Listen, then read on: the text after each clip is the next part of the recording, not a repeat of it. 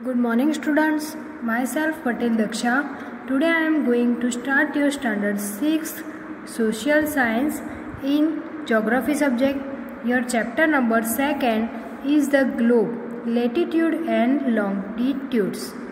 तो आज हम ये चैप्टर में लैटिट्यूड एंड लॉन्गिट्यूड्स के बारे में देखेंगे। यहाँ पर फर्स्ट पैराग्राफ हमें दिया है, in the previous chapter you have read that our planet Earth is not a sphere, it is slightly flattened at the north and the south poles and blocked in the middle. Can you imagine how it looks? You may look at a globe carefully in your classroom to get an idea. Globe is a true model miniature from and of the earth. Figure 2.1. यहाँ पर हमें ये जो figure 2.1 दी है उसके बारे में। तो आज हम ये चैप्टर में देखेंगे कि हमने प्रीवियस यानी आगे के जो हमने फर्स्ट चैप्टर पढ़ा था उसमें हमने देखा था, तो उसमें हमने क्या देखा था कि अर्थ इज़ नॉट स्फीयर, यानी अर्थ वो स्फीयर फॉर्म में नहीं है। वो हमने देखा था अर्थ के बारे में, जो पूरा चैप्टर था उसमें देखा था कि अर्थ वो क्या है, is a not a sphere. तो यानी उसका एक अलग फॉर्म है जिसको हम क्या कहते हैं, जियोड कहते हैं। हमने आगे का जो चैप्टर था यहाँ पर ये पॉइंट हमने आगे के चैप्टर में देखा था, ये जियोड उसके बारे में। तो आगे के चैप्टर में ये जो जियोड था उसके बारे में हमने देखा था। तो यहाँ पर भी यही बताया है कि ये जो जियोड है वो क्या है, अलग, उसको हम अलग फॉर्म है। ये south pole and north pole जो है यानी फिगर में हमें यहाँ पर दिखाया है। देखो ये फिगर में ये south pole and north pole ये हमने फिगर में देखा। ये थोड़ा सा कैसा फ्लड जैसा स्ट्रक्चर है, यहाँ पर लिखा है स्लाइटली फ्लैटेंड, तो ये थोड़ा फ्लड जैसा स्ट्रक्चर दिखाई दे रहा है हमें। तो ये मिडल वाला पोर्शन है, ये ऊपर और ये नीचे, ये दो हो गए। उसके बाद ये जो मिडल वाला जो पोर्शन है इसकी बात करें तो वो कैसा है, ब्लॉक जैसा है। यहाँ पर दिखा है ब्लॉक इन द मिडल, ये थोड़ा कैसा है, ब्लॉक यानी थोड़ा फूला हुआ है। तो हम ये इमेज कर सकते हैं कि वो कैसा लुक है। और अलग अगर आप इमेजिन अगर नहीं कर सकते हैं तो आप ग्लोब को देख सकते हैं, यानी जो पूरा ग्लोब है इसे हम देख सकते हैं, क्योंकि ये ग्लोब का जो स्ट्रक्चर होता है वो अर्थ का बिल्कुल सिमिलर होता है। यानी ये जो ग्लोब है वो अर्थ के बिल्कुल सिमिलर है, उसका जैसा ही दिखता है। और यहाँ पर ये भी बताया है कि ये ग्लोब है वो अर्थ का ट्रू मॉडल है, यानी जो ग्लोब है वो ट्रू मॉडल है किसका, अर्थ का। यहाँ फिगर 2.1 में हमें दिखाई देता है। तो इसके बाद हम देखेंगे ग्लोब में बीस of very size and type, big ones which cannot be carried easily, small pocket globes and globe-like balloons which can be inflated and are handy and carried with ease. The globe is not fixed. It can be rotated the same way as a top spin or a rotor wheel is rotated. On the globe, countries, continents and ocean are shown in their correct size. तो यहाँ पर ये paragraph में हमें ये पता चलता है कि जो ग्लोब है वो अलग अलग तरीक़ों के होते हैं, छोटे होते हैं, बड़े होते हैं। ये ग्लोब जो है वो छोटे भी होते हैं, बड़े भी होते हैं, अलग अलग टाइप्स के होते हैं। ऐसे होते हैं स्मॉल पॉकेट ग्लोब होते हैं, यानी पॉकेट में भी रह सकते हैं। बलून जैसे होते हैं, जैसे ये बलून है वैसे होते हैं, जिन्हें हम फुला भी सकते हैं बलून की तरह। तो ये ग्लोब का जो रेशियो होना चाहिए वो ग्लोब का एक स्ट्रक्चर होना चाहिए, यानी जो ग्लोब का जो भी रेशियो होता है वो स्ट्रक्चर होता है वो अर्थ के सिमिलर होना चाहिए, यानी अर्थ के जैसा ही होना चाहिए। वो उसकी कोई स्पेसिफिक साइज फिक्स नहीं होती है, यानी कोई ग्लोब छोटा होता है, कोई बड़ा होता है, कोई यहाँ पर हमने आगे देखा स्मॉल पॉकेट होता है, बलून जैसा होता है जिसे हम फुला सकते हैं। तो ग्लोब को हम उसी तरह रोटेट भी करते हैं जिस तरह से ये हमारा अर्थ रोटेट है। ये अर्थ को हम ऐसे रोटेट कर सकते हैं जिस तरह ये रोटेट हमें दिया है।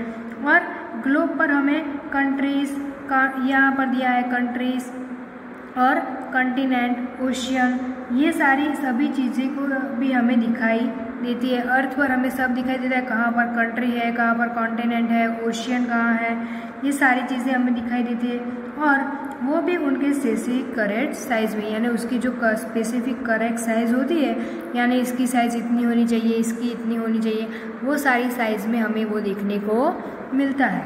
उसके बाद it is difficult to describe the location of a point on a sphere like the earth. Now the question arise as to how to locate a place on it.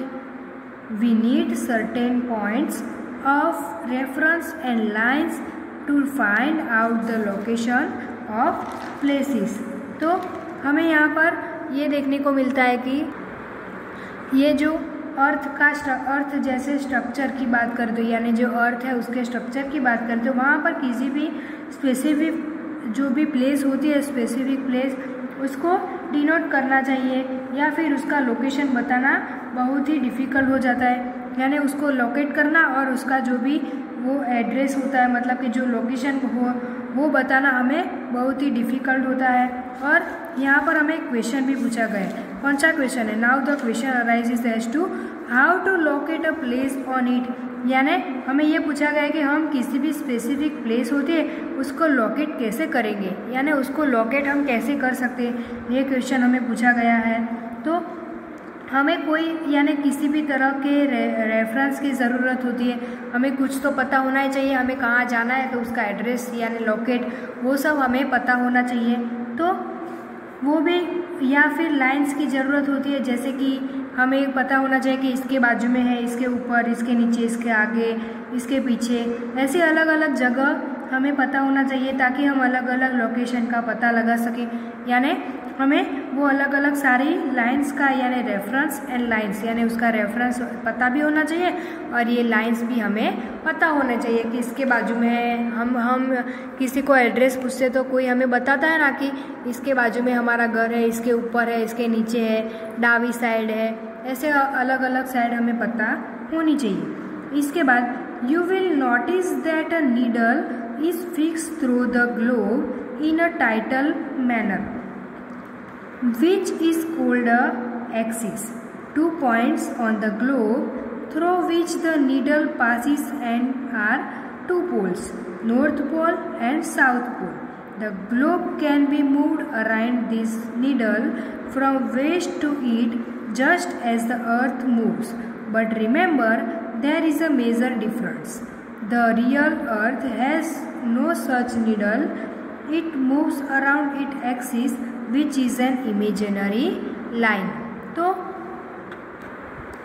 ये पैराग्राफ में हमें ये देखने को मिलता है कि यहाँ जो फिगर हमें बताया, ये जो फिगर है उसकी बात करें तो ये ऊपर से नीचे नीडल से फिक्स किया गया है, यानी ऊपर ये भी और ये दो हमें नीडल दिखाई देता है, वो ऐसे नीडल से फिक्स किए, ऐसे फिट कर दिया गया और वो थोड़ा झुका हुआ है, ये हमें दिख रहा है ऐसा थोड़ा झुका हुआ है, तो उसे हम क्या कहते हैं? एक्सिस कहते हैं। ये क्या हो गई? एक्सिस की डेफिनेशन हो गई।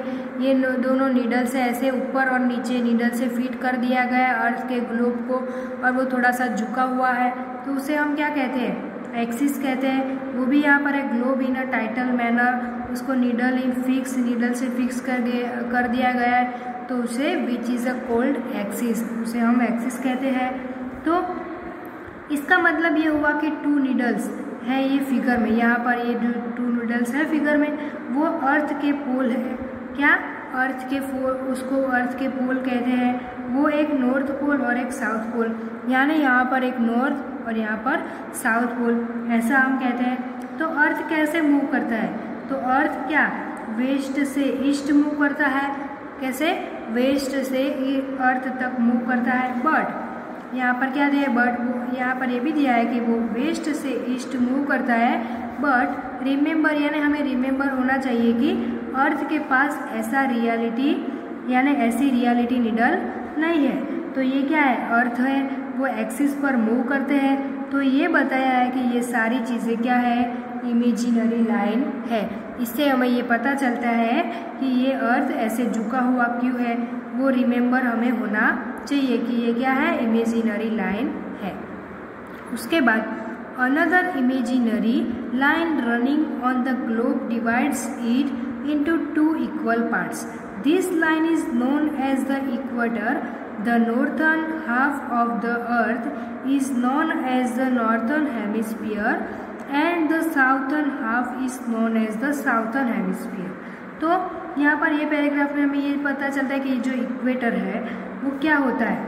तो ये इक्वेटर एक क्या है, इमेजिनरी लाइन है। तो ये जो भी लाइन वो हम आगे देखेंगे इसके बारे में। तो ये जो भी लाइन है ये पूरा अर्थ का 2 पार्ट्स में डिवाइड किया है। ये जो भी लाइन हमें दिखाई देती है यहाँ पर ये अर्थ के पूरे 2 पार्ट्स में डिवाइड किया है। फर्स्ट है यहाँ पर दिया है हमें नॉर्थ, क्या है नॉर्थ यानी नॉर्थन हेमिस्फीयर, और सेकंड है साउथर्न पार्ट यानी फर्स्ट नॉर्थन पार्ट होता है, सेकंड पार्ट होता है नॉर्थन पार्ट। तो ये बहुत ही इम्पोर्टेंट पार्ट है और उसको हम ये भी कह सकते हैं, उसको कैसे डिवाइड कर सकते हैं, जो फर्स्ट जो होता है नॉर्थन पार्ट। तो ये क्या है, ये जो नॉर्थन पार्ट है उसको हम क्या कहते हैं, नॉर्थन हेमिस्फीयर कहते हैं। यहाँ पर दिया है नॉर्थन हेमिस्फीयर। एंड सेकेंड है जो साउथर्न पार्ट है उसको हम क्या कहते हैं, साउथर्न हेमिस्फीयर कहते हैं। तो ऐसे ही ये दोनों उसके पार्ट होते हैं अनदर, और उनको अलग अलग पार्ट में इक्वेटर में उसको डिवाइड किया गया है। तो उसके बाद जो आगे का पैराग्राफ है उसको हम नेक्स्ट वीडियो में देखेंगे।